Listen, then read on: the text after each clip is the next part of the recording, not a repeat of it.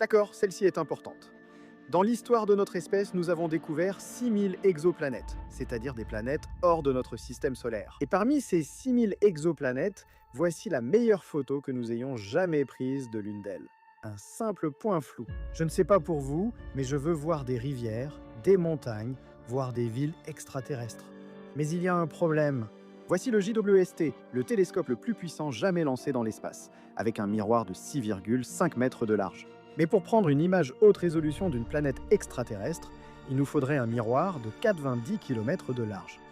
D'accord? Alors comment fait-on? Eh bien, les scientifiques travaillent discrètement sur une solution depuis près d'un siècle, remontant jusqu'à Einstein. Il existe un moyen de transformer notre Soleil en télescope et de prendre une photo haute résolution d'un monde extraterrestre, en voyant des rivières, des continents et peut-être même des lumières de ville. J'ai discuté avec le chercheur principal de la NASA sur cette mission et passé l'an dernier à tout simuler. S'ils y parviennent, cela pourrait être la plus grande réussite de toute l'histoire de l'humanité. Nous pourrions observer des villes extraterrestres de votre vivant. En 1992, les astronomes ont découvert la toute première exoplanète, lançant ainsi la révolution des exoplanètes.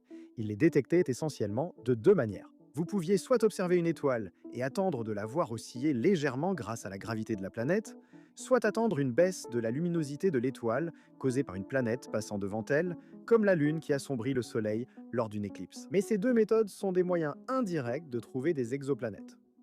On recherche les effets au lieu de simplement pointer un télescope vers elles et de prendre une photo. Et donc ils ont essayé de faire exactement cela. Au début des années 2000, quelques succès ont eu lieu, mais les planètes n'apparaissaient que comme de minuscules points, alors qu'il s'agissait en réalité de géantes gazeuses comme Jupiter. Même les meilleurs télescopes de l'époque, comme Hubble et les immenses observatoires terrestres, n'avaient aucune chance d'imager une Terre 2.0, car ces planètes sont tout simplement trop petites et trop faibles. C'est théoriquement possible, mais il faudrait un télescope 2300 fois plus grand que ceux déjà construits. Et même si nous construisions un télescope assez grand, il y aurait un problème encore plus grave. L'étoile haute est tout simplement beaucoup trop brillante. Une planète similaire à la Terre est 10 milliards de fois moins lumineuse que son étoile. C'est littéralement comme essayer de prendre une photo d'une luciole à côté d'un énorme projecteur de stade depuis des centaines de kilomètres. Nous utilisons des coronographes pour bloquer la lumière de l'étoile et révéler la planète. Mais ils réduisent l'éblouissement d'1 million seulement, alors qu'il faudrait 10 milliards. C'est encore 10 000 fois trop faible. C'est ce qu'on appelle 10 000 fois. Et si nous tentions une approche totalement différente? En 1915, Albert Einstein a publié sa désormais célèbre théorie de la relativité générale, dans laquelle la gravité n'est pas décrite comme une force qui attire les objets, mais comme la déformation de l'espace-temps lui-même. Les objets massifs comme le Soleil déforment la trame de l'espace-temps, et la lumière suit cette courbure, se pliant avec elle. D'accord? Voici ce qui se passe. 20 ans après qu'Albert Einstein ait publié sa théorie, un immigrant tchèque nommé Rudy Mandl, qui travaillait comme plongeur à Washington, D.C., comprend que la gravité pourrait amplifier la lumière des étoiles comme une lentille. Il est allé à Princeton pour rencontrer Albert Einstein et lui parler de son idée, mais Einstein s'est montré peu réceptif. Il a dit que cet effet ne serait tout simplement jamais observé. Mais Mandl était persévérant. Après des mois de relance, Albert Einstein a finalement, et un peu à contre-cœur, publié un article détaillant ce concept. Lorsqu'Albert Einstein a finalement accepté et envoyé son article à l'éditeur de la revue, il a écrit « Merci pour votre coopération concernant cette petite publication que M. Mandl m'a arrachée. Elle a peu de valeur, mais cela rend ce pauvre gars heureux. » Il a même terminé l'article en écrivant « Bien sûr, il n'y a aucun espoir d'observer ce phénomène directement. Mais écoutez bien, il s'est trompé. » Des décennies plus tard, après la mort d'Albert Einstein, les astronomes ont commencé à observer son effet de lentille partout. Des galaxies lointaines déformées et agrandies par la gravité d'objets massifs situés entre elles et nous. Cela crée ces magnifiques anneaux de lumière qui sont aujourd'hui connus sous le nom d'anneaux d'Einstein. Et puis, en 1979, un scientifique nommé von R. Echelmann a posé une question qui a tout changé. Et von Echelmann a suggéré que nous pouvions utiliser une lentille gravitationnelle solaire, pour communiquer avec des extraterrestres. L'idée était magnifique, mais la technologie qu'elle nécessitait semblait tout droit sortie de la science-fiction. Mais aujourd'hui, ce n'est peut-être plus le cas. Voici comment cela fonctionne. La lumière provenant de l'exoplanète lointaine traverse l'espace et est très légèrement déviée par la gravité du Soleil. Comme le Soleil est une sphère, les rayons qui passent de chaque côté sont courbés de la même manière et finissant par se rejoindre à nouveau le long de la ligne focale. Cette ligne commence à environ 550 UA, où une UA correspond simplement à la distance entre le Soleil et la Terre, et elle s'étend jusqu'à l'infini. Une fois que vous atteignez cette limite de 550 UA, le Soleil ressemblerait à ceci. Une sphère lumineuse entourée d'une lentille gravitationnelle. L'image de l'exoplanète que nous visons est cachée à l'intérieur de cet anneau. Le Soleil agit comme un immense entonnoir cosmique, rassemblant les photons qui ont quitté la planète dans toutes les directions et les concentrant en un seul point le long de la ligne focale. Dans les longueurs d'onde de la lumière que nos yeux peuvent voir, cela amplifie la luminosité d'un facteur de 100 milliards. C'est comme avoir un télescope avec un miroir de 90 km de large. L'objectif est donc de choisir la planète à imager. Trouvez la ligne directement opposée à la planète derrière le Soleil. Envoyez un télescope le long de cette ligne et prenez une photo de l'anneau d'Einstein. Rappelez-vous le problème de contraste évoqué plus tôt, où l'étoile haute est trop lumineuse pour être occultée. Cette méthode l'évite totalement car on ne regarde même pas l'étoile. Nous nous concentrons directement sur la lumière propre de la planète. Il faut toujours bloquer la lumière de notre propre Soleil, mais nos coronographes sont déjà largement assez puissants pour le faire. Et le plus beau, c'est que, puisque la ligne focale s'étend à l'infini, le télescope n'a pas besoin de ralentir. Il peut simplement voler le long de la ligne en prenant constamment des images. Et plus il s'éloigne, plus les images deviennent nettes, car la contamination provenant de l'atmosphère du Soleil s'affaiblit. Voici le télescope à lentille gravitationnelle solaire, ou SGLT. Alors, faisons-le. Envoyons un télescope le long de la ligne focale. Mais d'abord, il y a un problème. Comment pouvons-nous réellement envoyer un télescope à une telle distance ? 550 UA, c'est plus loin que tout ce que nous avons jamais envoyé depuis la Terre. La distance focale minimale du Soleil se trouve juste ici, à 547,6 UA. Cela représente 82,3 milliards de kilomètres. Il faut plus de 3 jours à la lumière elle-même pour parcourir cette distance. Ici, le télescope serait dans l'espace, entre les étoiles, le milieu interstellaire. Voyager 1 qui a été lancé en 1977 a parcouru 169 UA jusqu'à présent. C'est l'objet fabriqué par l'homme le plus éloigné. Pour atteindre la ligne focale du SGLT, nous devons aller 3,3 fois plus loin. Et je n'ai pas envie de rester là à attendre pendant 150 ans. La propulsion chimique, le type qui alimente chaque lancement de fusée que vous avez jamais vu, atteint un maximum d'environ 5 UA par an. Cela fait 110 ans pour atteindre la ligne focale. Nous n'avons pas ce temps. La meilleure science se fait quand les gens vivent assez pour voir leurs résultats.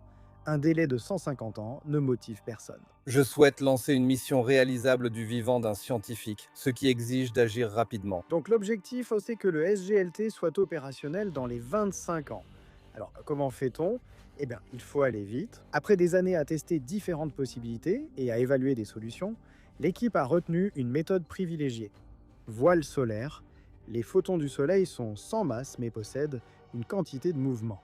Quand ils rebondissent sur une surface très réfléchissante, ils lui transmettent une légère impulsion. C'est comme utiliser une voile et le vent pour traverser l'océan.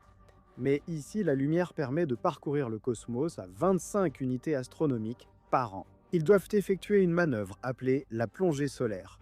En gros, vous lancez le vaisseau spatial sur une trajectoire vers le Soleil, l'ensemble pesant moins de 100 kg.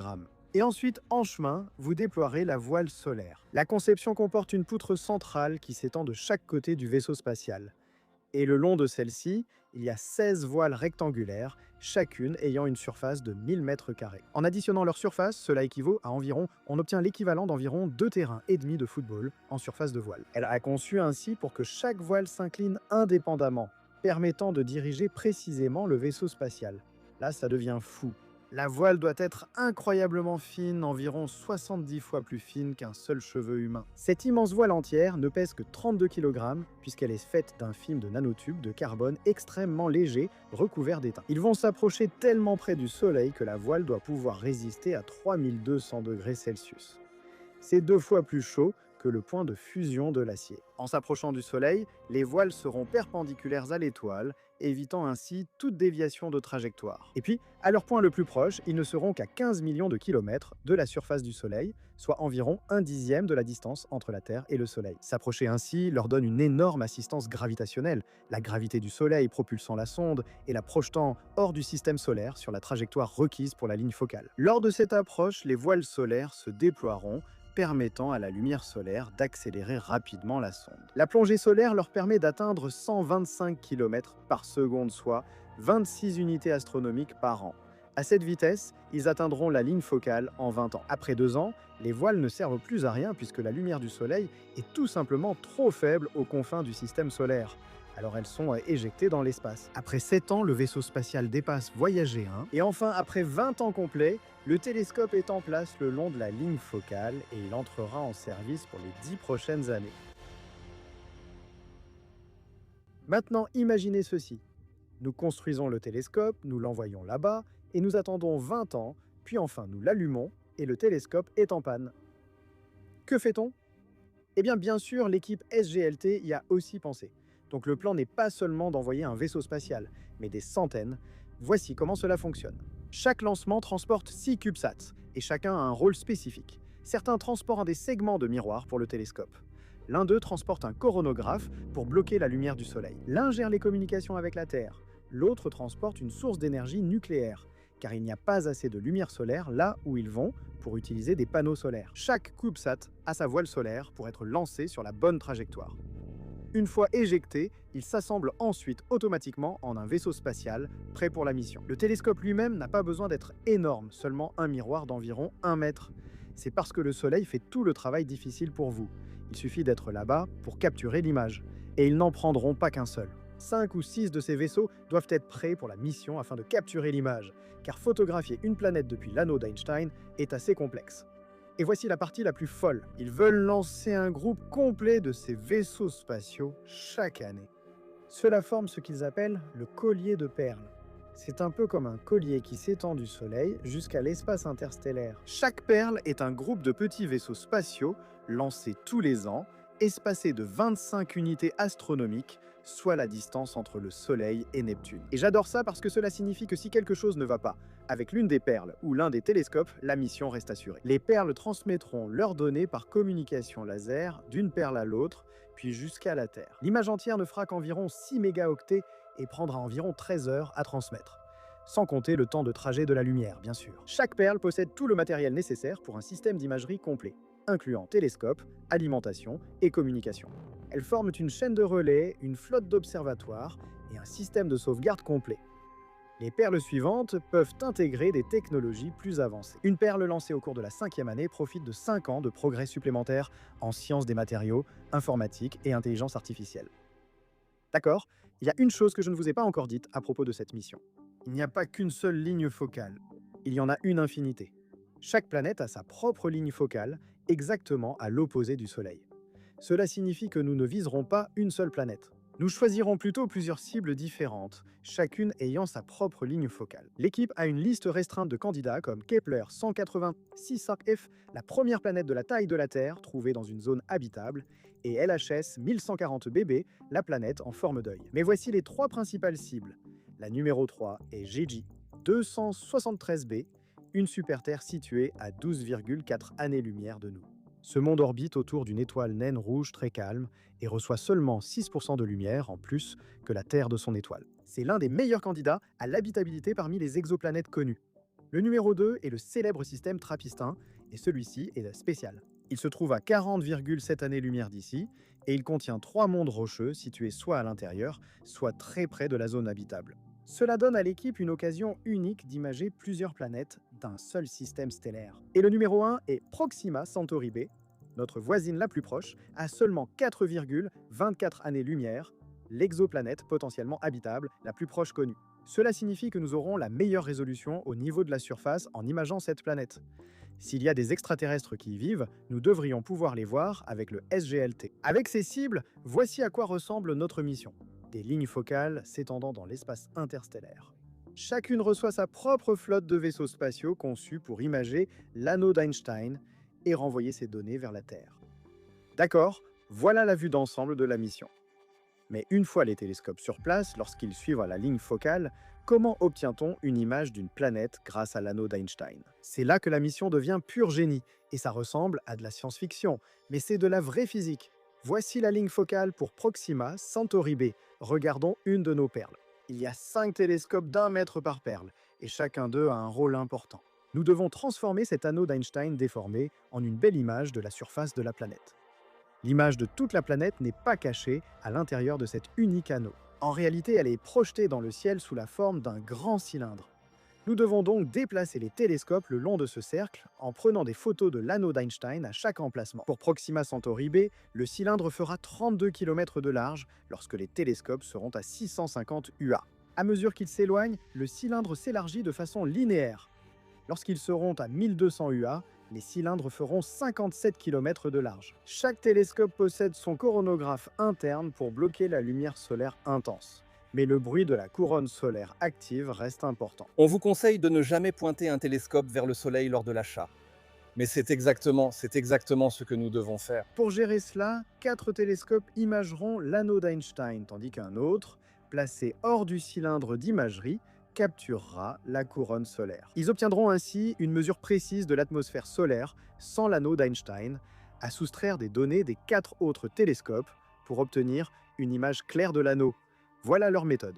Ils transforment ce cylindre d'imagerie en une grille, et chaque carré correspond à un pixel dans l'image finale de la planète.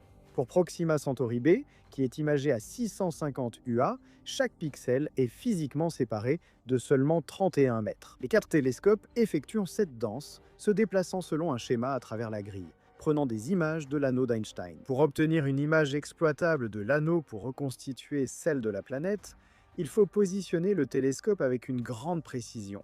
Si la position est décalée ne serait-ce que d'1 mètre au moment de prendre l'image, cela ne fonctionnera pas. Chaque télescope se met en place, passe 30 à 60 secondes à imager l'anneau d'Einstein. La mesure de la couronne provenant du télescope de référence est soustraite et vous obtenez une image nette de l'anneau, où la majeure partie de la lumière provient de la planète elle-même. Vous venez d'obtenir un pixel, et ensuite, il continue, progressant à travers la grille. Mais à mesure qu'il s'éloigne du centre, l'anneau commence à changer de forme parce que le Soleil est légèrement oblate. Il est un peu aplati à ses pôles. En vous déplaçant, l'anneau devient plus lumineux d'un côté, qui concentre l'essentiel des informations sur la surface de la planète. Caché pour l'instant. Plus vous allez loin, plus l'anneau se sépare jusqu'à ce que vous ayez 2 arcs lumineux distincts. Finalement, vous obtenez une grille qui ressemble à ceci. Chaque point possède une image de la lentille gravitationnelle. Alors, où se trouve la planète? Et c'est là que ça devient magique. La relativité générale fournit une fonction d'étalement du point, indiquant précisément comment l'image de la planète est déformée en anneaux. Si on inverse simplement ce processus, on peut retrouver d'où provient la majorité des photons de l'anneau d'Einstein à la surface de la planète. Et on n'utilise pas qu'une seule grille. Ces télescopes poursuivent ainsi leur travail pendant des années. Plus ils s'éloignent du Soleil, plus les images sont nettes. Et finalement, nous avons des millions d'anneaux d'Einstein à combiner pour obtenir l'image finale. En prenant des images de la planète encore et encore pendant des mois, nous pouvons progressivement éliminer le bruit causé par la couverture nuageuse. Imaginez passer 20 ans et dépenser des milliards de dollars pour cette image. Et il y a des nuages. Nous pouvons ainsi observer la rotation de la planète et cartographier ses faces lorsqu'elle passe devant notre lentille gravitationnelle. Si votre système stellaire ressemble à TRAPPIST-1 et que vous ciblez plusieurs planètes, localisez simplement le cylindre d'imagerie de chaque planète et scannez-les individuellement. Après des décennies passées à mettre ces télescopes en place, des mois à collecter des images, à les analyser et à cartographier la surface de la planète, ce qu'il vous reste, c'est l'image la plus extraordinaire jamais prise par l'humanité. Un monde extraterrestre en haute résolution. Pour Proxima Centauri B, situé à 4,2 années-lumière de la Terre, chaque pixel de notre image correspond à 1 kilomètre à la surface de la planète. Nous verrions de vastes continents avec des détails complexes, des océans et même de grands lacs, des calottes polaires et des glaciers. Nous verrions des déserts et des jungles, des forêts et des prairies, des chaînes de montagnes extrêmes. Nous pourrions même repérer des ouragans dans leur système météorologique. Et ce qui est le plus excitant, s'il existe une civilisation extraterrestre sur la planète, nous pourrions même apercevoir leur ville. Des preuves que nous ne sommes pas seuls dans l'univers. Rappelle-toi quand tu avais 6 ans, alors tu marches sous une nuit étoilée, tu vois ces étoiles et tu te demandes, y a-t-il quelqu'un là-bas?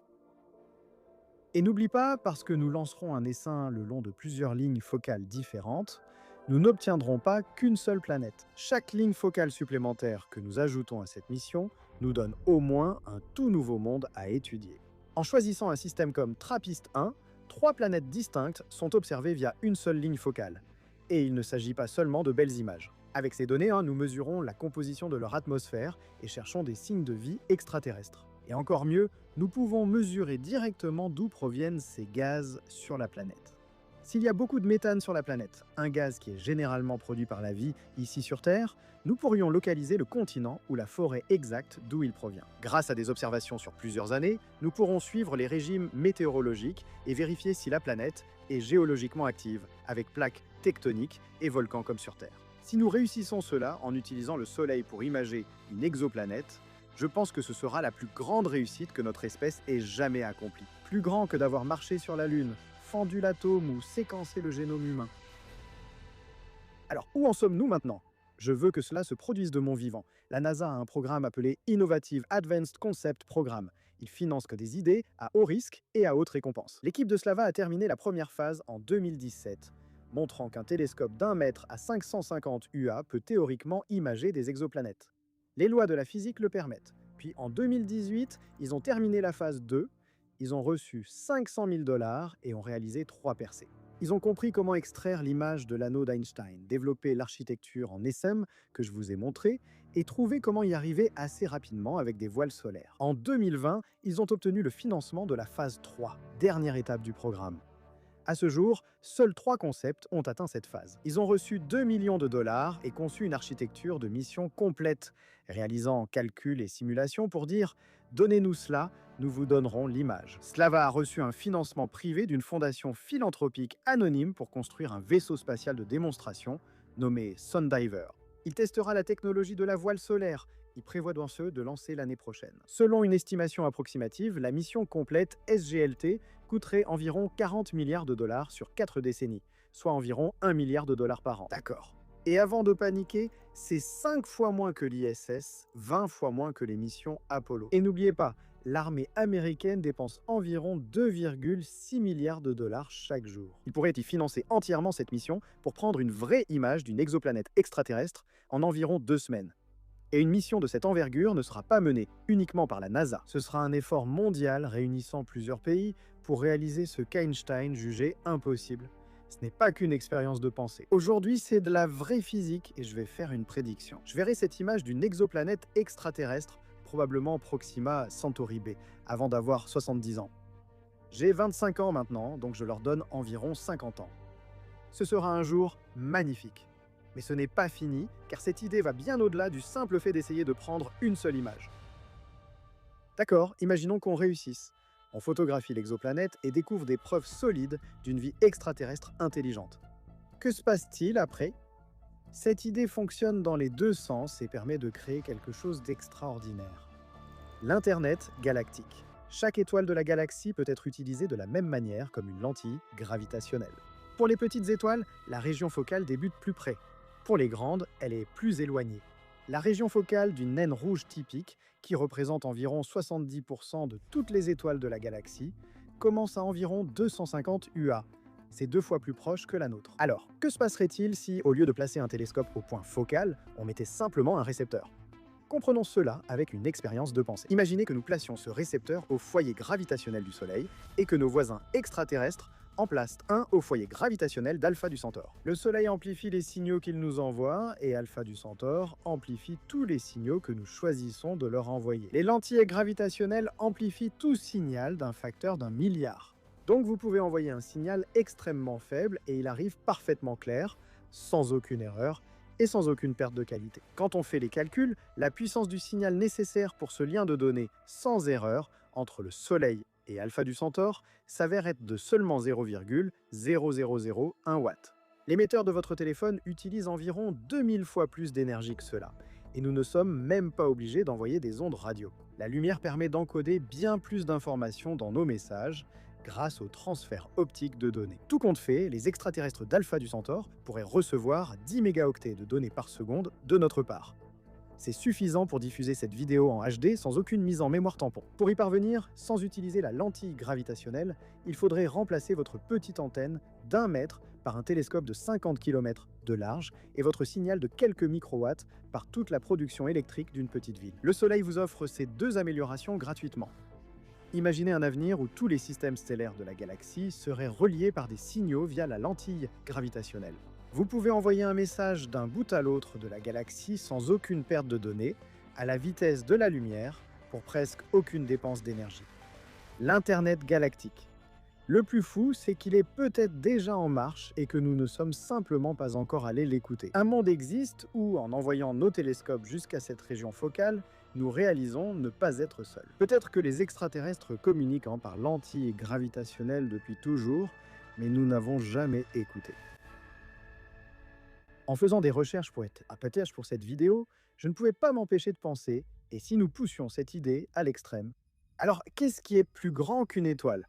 Un trou noir, et pas n'importe quel trou noir. Et si nous utilisions Sagittaire Ia, le trou noir supermassif au cœur de notre propre galaxie? Sagittaire Ia a une masse équivalente à 4 millions de soleils, et l'amplification par lentille gravitationnelle augmente de façon linéaire. Il est donc 4 millions de fois plus puissant comme lentille. C'est encore mieux, car la plupart des problèmes de la lentille gravitationnelle solaire viennent du fait que le Soleil est chaud, brillant et turbulent. Le trou noir supermassif n'a pas de surface, pas de couronne et pas de lumière éblouissante. Cela signifie aussi qu'il n'y a pas de distance focale minimale à laquelle nous devons nous rendre. Avec le Soleil, il faut atteindre 550 unités astronomiques, car son corps bloque la lumière qui passerait près du centre gravitationnel. La lumière qui passe près du trou noir supermassif peut frôler la sphère des photons et être déviée à des angles extrêmes, parfois même orbiter autour du trou noir lui-même. Alors, qu'est-ce que nous verrions? Imaginez que nous plaçons un télescope à une année-lumière du trou noir et que nous le pointons vers une planète de l'autre côté de la galaxie, à 100 000 années-lumière. Nous serions capables de distinguer des bâtiments individuels à sa surface. Alors allons plus loin. Et si nous le pointions vers une planète dans la galaxie d'Andromède, à 2 500 000 années-lumière? Nous pourrions encore la voir avec une résolution d'environ 1 km. C'est mieux que ce que le SGLT nous donnerait pour Proxima Centauri b, à seulement 4 années-lumière. Une planète à des millions d'années-lumière, imagée plus clairement que notre voisine la plus proche. Nous pourrions utiliser la lentille gravitationnelle autour de Sagittaire Ia pour observer une planète de l'amas de la Vierge à 54 millions d'années-lumière et distinguer continents, océans, voire des villes. Imprégnez-vous de cette idée. L'univers nous a construit un télescope au cœur de notre galaxie que nous pourrions utiliser pour voir clairement des planètes à des millions d'années-lumière. Mais le plus triste, c'est que même si nous pouvions voyager à 99,99999% de la vitesse de la lumière, il nous faudrait quand même 26 000 ans pour placer un télescope autour de Sagittaire Ia. Les défis d'ingénierie sont bien au-delà de ce que nous pourrions résoudre. Pour l'instant, cela reste juste une expérience de pensée amusante. Ma question est, si, après avoir publié l'image, des signes de vie extraterrestre étaient découverts, quel impact cela aurait-il sur l'humanité? Comment vous sentiriez-vous? Dans l'univers, nous ne sommes certainement pas seuls. Et découvrir ces prochaines exoplanètes à proximité nous aidera à apprécier le fait qu'il existe un écosystème. Et espérons qu'il le fasse de notre vivant.